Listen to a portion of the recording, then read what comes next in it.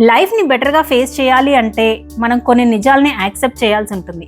ఆ నిజాలు చాలా చేదుగా ఉండొచ్చు, కానీ వాటిని అర్థం చేసుకుంటే ఎమోషనల్గా స్ట్రాంగ్ అవ్వడానికి, మెచ్యూర్డ్గా ఆలోచించడానికి, తెలివిగా బ్రతకడానికి హెల్ప్ అవుతాయి. మన ఆలోచన విధానాన్ని, జీవించే విధానాన్ని మారుస్తాయి. సో ఈ వీడియోలో అలాంటి కొన్ని చేదు నిజాల గురించి మాట్లాడుకోబోతున్నాము. వీడియోని మిస్ కాకుండా లాస్ట్ వరకు చూడండి. వీడియో చివరిలో మంచి ఆలోచన కూడా ఉంటుంది. అందరికీ నమస్కారం. నేను మీ స్వప్న. జీవితం మస్తు ఛానల్కు స్వాగతం.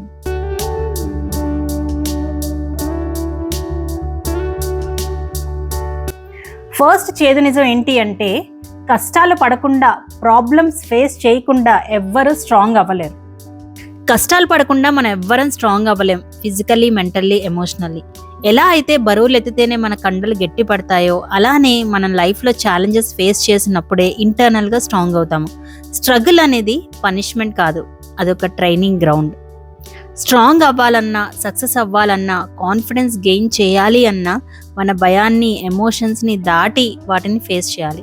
ప్రతి ఛాలెంజ్, ప్రతి ప్రాబ్లం, ప్రతి కష్టం ఏదో ఒకటి నేర్పిస్తుంది, మనల్ని స్ట్రాంగ్ చేస్తుంది. చాలా కంఫర్టబుల్గా పెరిగిన వాళ్ళకంటే కష్టాలు పడిన వాళ్ళు చాలా స్ట్రాంగ్గా ఉంటారు, చాలా విషయాలు నేర్చుకుంటారు. అలానే కష్టాలు రావాలని కోరుకోము, బట్ కష్టాలు వచ్చినప్పుడు మనం దాని నుంచి స్ట్రాంగ్ అవుతాము, నేర్చుకుంటాము అనుకున్నప్పుడు వాటిని బెటర్గా ఫేస్ చేయగలుగుతాము. ఈ మధ్య ఒక కోట్ చదివాను, no tree can grow to heaven unless its roots reach down to hell. ఒక చెట్టు స్వర్గానికి ఎదగాలి అంటే దాని వేర్లు నరకాన్ని తాకాలి అని. నా ఎక్స్పీరియన్స్ షేర్ చేయాలి అంటే, నేను ఐటీలో జాబ్ చేసేటప్పుడు చాలా ప్రాజెక్ట్స్ వర్క్ చేశాను. కానీ ఒక ప్రాజెక్ట్ మాత్రం చాలా చాలా ఛాలెంజింగ్ ప్రాజెక్ట్, చాలా కష్టమైన ప్రాజెక్ట్. బట్ ఆ ప్రాజెక్ట్లోనే నేను చాలా విషయాలు చాలా ఫాస్ట్గా నేర్చుకున్నాను. అంటే టెక్నికల్ విషయాలే కాదు, మనుషులతో డీల్ చేసే విషయాలు అలాంటివి కూడా నేర్చుకున్నాను అనమాట. ఓవరాల్గా చాలా స్ట్రాంగ్ అయ్యాను ఆ ప్రాజెక్ట్ తర్వాత. ఇంకా మనం నెక్స్ట్ చేదు నిజం చూసేద్దాము. అదేంటంటే, మనిషి స్వార్థపరుడు. యాక్సెప్ట్ చేయడానికి కష్టంగా అనిపించిన దిస్ ఈజ్ ద ఫ్యాక్ట్. మనుషులు సెల్ఫిష్. ఇక్కడ సెల్ఫిష్ అంటే ఏదో క్రూరంగా ఉండడం కాదు. మనుషులందరికీ ఫస్ట్ వాళ్ళ అవసరాలు, కోరికలు తీర్చుకోవాలి అనే ఒక టెండెన్సీ ఉంటుంది. అలానే ఇతరుల్ని ప్రేమించరా, ఇతరుల గురించి ఆలోచించరా అని కాదు, కానీ ప్రతి ఒక్కరిలో ముందు వాళ్ళు సేఫ్గా ఉండాలి, వాళ్ళ ఫ్యామిలీ బాగుండాలి అనే ఇన్స్టింక్ట్ ఉంటుంది. ముందు తన గురించి తను ఆలోచించుకోవడం మనిషి తత్వం. నేను చాలా వీడియోస్లో చెప్పాను కదా, మన బ్రెయిన్కి మనం బ్రతికుండడమే ఫస్ట్ ప్రయారిటీ. మనం మంచిగా ఉన్నామా, చెడ్డగా ఉన్నామా, హ్యాపీగా ఉన్నామా, బాధగా ఉన్నామా అనేది తర్వాత సంగతి. మన సేఫ్టీ, మన అవసరాలు దానికి ముఖ్యం. అలానే ఏదో ఒక లాభం లేకుండా మనిషి ఏది చేయడు. ఏ పని చేయాలి అన్నా నాకేంటి అనే ప్రశ్న రెడీగా ఉంటుంది. కానీ దేవుడు మనకి కొంచెం బుద్ధి కూడా ఇచ్చాడు కాబట్టి లైఫ్ మీనింగ్ఫుల్గా అనిపించడానికి కొన్ని సాక్రిఫైజెస్, కొన్ని అడ్జస్ట్మెంట్స్, కొంచెం కైండ్గా ఉండడం ద్వారా సెల్ఫిష్నెస్ని బ్యాలెన్స్ చేసుకుంటూ ఉంటాము. అండ్ ఆ బుద్ధి అందరికీ ఉండదు, మనిషిని బట్టి మారుతుంది. సో అందరూ కైండ్గా ఉండాలి అని ఎక్స్పెక్ట్ చేయలేము. మనిషి స్వార్థపరుడు అనే విషయాన్ని యాక్సెప్ట్ చేయడం ద్వారా నాకు కలిగిన పెద్ద బెనిఫిట్ అయితే, కొన్నిసార్లు మనుషుల సెల్ఫిష్ బిహేవియర్స్కి షాక్ అవ్వకుండా ఉండగలుగుతాను. ఇంకా మనుషుల మీద బెటర్ ఎక్స్పెక్టేషన్స్ పెట్టుకోవడం, ఒకవేళ పెట్టుకున్న ఎక్స్పెక్టేషన్స్ రీచ్ కాకపోయినా కొన్ని సిచ్యువేషన్స్లో క్షమించగలగడం. అలానే రిలేషన్షిప్స్ని రియలిస్టిక్గా, అంటే వాస్తవికంగా చూడడానికి హెల్ప్ అవుతుంది. మనం కూడా కొన్ని హెల్దీ హద్దులు పెట్టుకోవచ్చు, ఎంతవరకు చేయాలో అంతవరకు చేయొచ్చు. గివ్ అండ్ టేక్ అనేది హెల్దీగా మెయింటైన్ చేసుకోవచ్చు.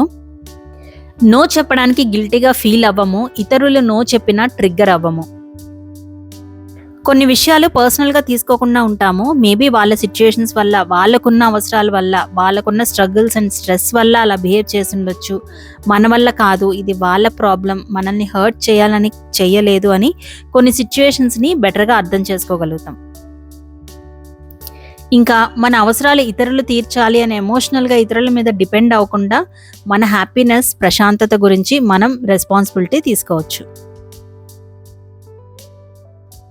నెక్స్ట్ చేదు నిజం ఏంటంటే, మరీ మంచిగా ఉంటే ఇతరులు అడ్వాంటేజ్ తీసుకుంటారు. ఎక్కువ బాధ్యతగా ఉండే వాళ్ళ మీదే పనులు ఎక్కువ పడతాయి.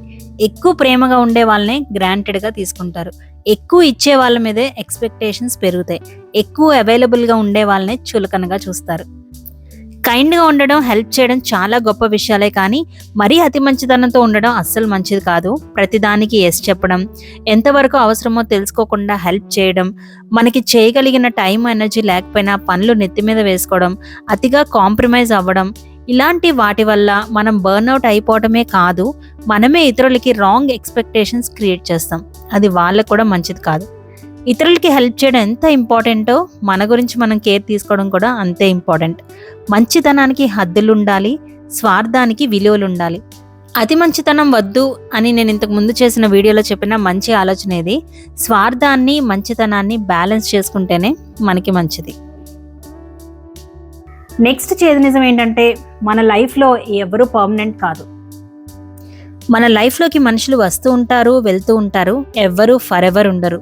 ఇదొక హార్ష్ ట్రూత్. లైఫ్లో ఎవరు పర్మనెంట్ కాదు.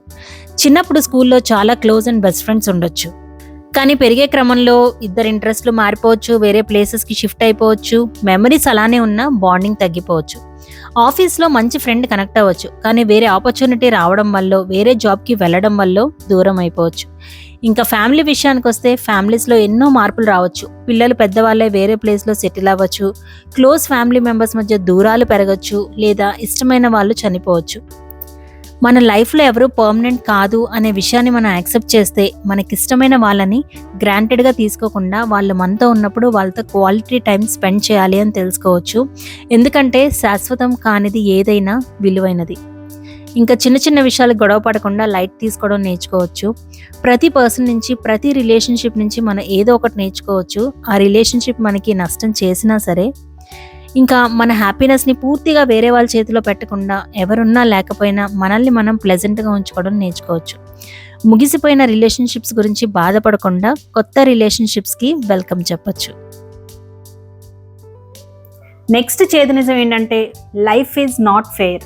లైఫ్ ఈజ్ నాట్ ఫెయిర్ అంటే మంచి చేసిన వాళ్ళకి మంచే జరగాలని లేదు, చెడ్డ పనులు చేసే వాళ్ళకి చెడు జరుగుతుందని లేదు. ఒక్కసారి మనం ఎంత కష్టపడినా, చేయాల్సింది చేసినా మనకి దక్కాల్సింది దక్కదు. కొంతమంది తప్పు చేసినా ఈజీగా సక్సెస్ చూసే వాళ్ళు ఉంటారు. అందరికీ హెల్ప్ చేసే పర్సన్ హెల్త్ ప్రాబ్లం వచ్చి చనిపోవచ్చు. ఒక సెల్ఫిష్ పర్సన్ 90 ఏళ్ళు బతకొచ్చు. మనకి ఇవన్నీ అన్యాయంగా అనిపించినా ఇవన్నీ part and parcel of life. మన కష్టం, మన బిహేవియర్, మన యాక్షన్స్ మన కంట్రోల్లో ఉంటాయి, కానీ మన కంట్రోల్లో లేని విషయాలు చాలా ఉంటాయి. అవి ఎవరికి అనుకూలంగా ఉంటాయో చెప్పలేము. వాటి వల్ల కొన్నిసార్లు చాలా అన్ఫెయిర్గా జరుగుతాయి. లైఫ్ ఫెయిర్గా ఉండాలి అనే ఎక్స్పెక్టేషన్ ఎలాంటిదో తెలుసా? నేను జంతువుల్ని అంటే నాన్ వెజ్ తినను కాబట్టి సింహం ఎదురైనప్పుడు సింహం నన్ను తినకూడదు అని ఎక్స్పెక్ట్ చేయడం లాంటిది. లైఫ్ ఈజ్ నాట్ ఫెయిర్ అనే దాన్ని మనం అర్థం చేసుకుని యాక్సెప్ట్ చేస్తే లైఫ్ మీద మన ఎక్స్పెక్టేషన్స్ మారుతాయి. అన్నీ ఫెయిర్గా జరగాలనే ఎక్స్పెక్టేషన్ ఉంటే అలా జరగనప్పుడల్లా కోపం, ఫ్రస్ట్రేషన్ వస్తాయి. ఎప్పుడైనా అన్ఫెయిర్గా జరగచ్చు అన్న అండర్స్టాండింగ్ ఉంటే మనం కొన్ని సిచ్యుయేషన్స్లో స్ట్రాంగ్గా, ఓపిక్గా ఉండగలుగుతాం. మనకి అనుకూలంగా జరగని ప్రతిసారి ప్రపంచాన్ని బ్లేమ్ చేయకుండా మనం ఏమి కంట్రోల్ చేయగలం అనే దాని మీద ఫోకస్ చేయగలుగుతాము. అఫ్ కోర్స్ కొన్ని సిచ్యుయేషన్స్ యాక్సెప్ట్ చేయడం అంత ఈజీ కాదు. కొన్ని యాక్సెప్ట్ చేయడానికి చాలా టైం పట్టచ్చు. కానీ మనం చేసినా చేయకపోయినా లైఫ్ ఆగదు. సో యాక్సెప్ట్ చేస్తే we can feel better, we can handle better. ఈ కాంటెక్స్లో 3 ఇంపార్టెంట్ పాయింట్స్ చెప్తున్నాను. మీరు పెట్టే ఎఫర్ట్స్ మీద ఫోకస్ చేయండి, అవుట్కమ్ మీద కాదు. ఎందుకంటే అవుట్కమ్ ఒక్కొక్కసారి ఫెయిర్గా అనిపించకపోవచ్చు. అండ్ నాకు అనుకూలంగా జరగలేదు అని బాధపడుతూ కూర్చోవద్దు, అది మనల్ని ఇంకా వీక్ చేస్తుంది. ఇంకా కొన్ని విషయాలు షార్ట్ టర్మ్లో అన్ఫెయిర్గా అనిపించినా మంచి హ్యాబిట్స్, కైండ్గా ఉండడం, మన హార్డ్ వర్క్ని ఆపాల్సిన అవసరం లేదు.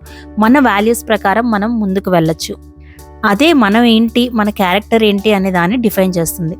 మన లైఫ్లో అన్యాయం జరగొచ్చేమో, కానీ మన క్యారెక్టర్ని ఎవరు అన్యాయంగా దూరం చేయలేరు. అది మన సొంతం. So life is not fair, కానీ మనం మన తెలివితేటలతో స్ట్రాంగ్గా, కైండ్గా, మన వాల్యూస్ ప్రకారం ముందుకెళ్ళచ్చు.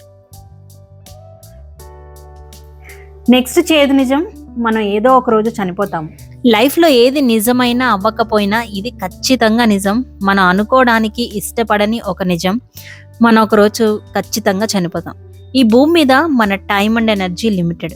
అది రేపో, కొన్ని దశాబ్దాల తర్వాతో ఎప్పుడైనా జరగచ్చు. ఊపిరి పీల్చడం, నడవడం, తినడం, ఫోన్ చూడడం ఇవన్నీ ఆగిపోతాయి.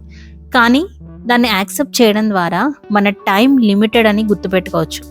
సిల్లీ విషయాలను పక్కన పెట్టి లైఫ్లో ఇంపార్టెంట్ విషయాలు ప్రయారిటైజ్ చేసుకోవచ్చు. ఇది మనకు ఒక సెన్స్ ఆఫ్ అర్జెన్సీ క్రియేట్ చేస్తుంది, ఇంపార్టెంట్ విషయాల మీద యాక్షన్ తీసుకునేలా చేస్తుంది. లైఫ్ టెంపరరీ అనుకున్నప్పుడు మనకు వచ్చే ప్రతి కొత్త రోజుని గిఫ్ట్గా చూడొచ్చు. చిన్న చిన్న ఆనందాల్ని మరింత ఆస్వాదించవచ్చు.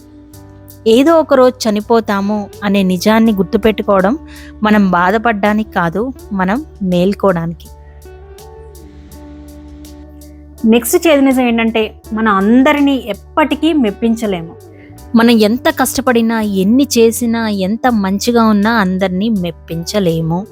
మనం నచ్చని వాళ్ళు, మనతో ఏకీభవించని వాళ్ళు, మనల్ని అప్రిషియేట్ చేయని వాళ్ళు కొంతమంది అయినా తప్పకుండా ఉంటారు. అందరినీ మెప్పించాలి అంటే అలసిపోయేది మనమే. మన బెస్ట్ మనం పెట్టి ఇంట్లో ఒక మంచి వంట చేస్తాం, ఒకళ్ళు బాగుందంటారు, ఒకళ్ళు స్పైసీగా ఉందంటారు. సోషల్ మీడియాలో వీడియో పెడతాం, ఒకళ్ళు చాలా బాగుందంటారు, ఒకళ్ళు బోరింగ్గా ఉంది అంటారు. రకరకాలుగా జడ్జ్ చేస్తారు. జాబ్ చేయకుండా హోమ్ మేకర్గా ఉంటే కొంతమంది మంచి పని చేసాం అంటారు, కొంతమంది చదువు వేస్ట్ అయిపోయింది అంటారు. అందరినీ ఎప్పటికీ ఒప్పించలేము అనేది మనం బాగా గుర్తుపెట్టుకుంటే మనకి చాలా ఫ్రీడమ్ వస్తుంది. అందరి ఒపీనియన్స్ గురించి ఓవర్ థింక్ చేయము. చాలా క్లారిటీ వస్తుంది. మనకి ఏది ఇంపార్టెంటో దాని మీద ఫోకస్ చేస్తాము. కాన్ఫిడెన్స్ పెరుగుతుంది. కంఫర్టబుల్గా నో చెప్పగలుగుతాము, కొన్ని హద్దులు పెట్టుకోగలుగుతాము. రిలేషన్షిప్స్ బెటర్ అవుతాయి. మనకి వాల్యూ ఇచ్చే వాళ్ళతోనే కనెక్ట్ అవుతాము. ఈ ప్రపంచంలో మోస్ట్ టేస్టీ ఫ్రూట్ అయిన మ్యాంగోకి కూడా హేటర్స్ ఉన్నారంట. మనం మనుషులం. మనం ఇక్కడ ఉంది అందరి టేస్ట్లకు తగ్గట్టు నడుచుకోవడం కోసం కాదు. నెక్స్ట్ చేదు నిజం ఏంటంటే యూ విల్ ఫెయిల్. లైఫ్లో ప్రతి ఒక్కరూ ఏదో ఒక విషయంలో ఫెయిల్యూర్ని చూస్తారు. ఫెయిల్యూర్స్ని మనం ఫేస్ చేయక తప్పదు. దీని అర్థం మనం తెలివిగా ఆలోచించలేదు, కష్టపడలేదు అని కాదు. కొన్ని మిస్టేక్స్ జరగవచ్చు, కొన్ని వర్క్ అవ్వవు, కొన్ని అనుకున్న ప్లాన్ ప్రకారం జరగవు. మన కంట్రోల్లో లేని రీజన్స్ చాలా ఉండొచ్చు. ఎంత కష్టపడి చేసినా వంట చెడిపోవచ్చు. ఒక చిన్న మిస్టేక్ వల్ల ఎగ్జామ్లో చాలా మార్క్స్ పోవచ్చు. కొత్త బిజినెస్ స్టార్ట్ చేస్తే వర్క్ అవ్వకపోవచ్చు. ఫెయిల్యూర్స్ అనేవి పార్ట్ ఆఫ్ లైఫ్ అని యాక్సెప్ట్ చేస్తే అవి జరిగినప్పుడు షాక్ అవ్వకుండా ఉంటాము. మిస్టేక్స్ జరుగుతాయని భయపడకుండా క్యాలిక్యులేటెడ్ రిస్క్స్ తీసుకోగలుగుతాము. ఎక్కువ ఛాన్సెస్ తీసుకోగలుగుతాము. కొత్తగా ట్రై చేయగలుగుతాము. ప్రతి ఫెయిల్యూర్ మైండ్కి వర్కౌట్ లాంటిది. ఫెయిల్యూర్స్ ఫేస్ చేసే కొద్దీ మనం స్ట్రాంగ్ అవుతాము, బ్యాలెన్స్డ్గా ఉండడం నేర్చుకుంటాము. గెలవాలి అని మాత్రమే కాకుండా ఏమి నేర్చుకున్నాము అని ఆలోచించే మైండ్ సెట్ బిల్డ్ అవుతుంది. నడక నేర్చుకునే పిల్లల్ని చూడండి, ఎన్నిసార్లు పడతారు, లేస్తారు, ఏడుస్తారు, మళ్ళీ ట్రై చేస్తారు. సక్సెస్ స్టోరీస్ అన్నీ అలానే మొదలవుతాయి. సో ఫెయిల్ అవ్వడం పార్ట్ ఆఫ్ లైఫ్. దాని నుంచి నేర్చుకోవాలి, తిరిగి నిలబడాలి, మరింత తెలివితో ముందుకెళ్ళాలి. సో అవన్నమాట నేను షేర్ చేయాలనుకున్న కొన్ని చేదు నిజాలు. అండ్ వీటిని యాక్సెప్ట్ చేయడం కొన్ని సిచ్యుయేషన్స్లో చెప్పినంత ఈజీ కాదు, చాలా కష్టం. బట్ సమ్వేర్ ఎక్కడో ఒక చోట యాక్సెప్ట్ చేయక తప్పదు. And now it's your turn. మీరు చెప్పాలి ఇందులో ఏ పాయింట్కి మీరు బాగా రిలేట్ అయ్యారు, అండ్ మీ ఎక్స్పీరియన్స్లో మీరు ఫేస్ చేసిన ఒక చేదు నిజం ఏదైనా ఉంటే కామెంట్స్లో షేర్ చేయండి. వీడియో నచ్చితే లైక్ చేయండి. అండ్ ఎవరికైనా హెల్ప్ అవుతుంది అనిపిస్తే తప్పకుండా మీ ఫ్రెండ్స్ అండ్ ఫ్యామిలీస్కి షేర్ చేయండి. ఇప్పుడైతే మంచి ఆలోచన చూసేద్దాం. బద్ధకం ఆశయాన్ని చంపుతుంది, కోపం జ్ఞానాన్ని చంపుతుంది, భయం కలలను చంపుతుంది, అహంకారం అభివృద్ధిని చంపుతుంది, అసూయ మనశ్శాంతిని చంపుతుంది, అనుమానం ఆత్మవిశ్వాసాన్ని చంపుతుంది. సో అదండి ఈ వీడియో. మరొక మంచి వీడియోతో మీ ముందుకు వస్తాను. అప్పటి వరకు జీవితమస్తు.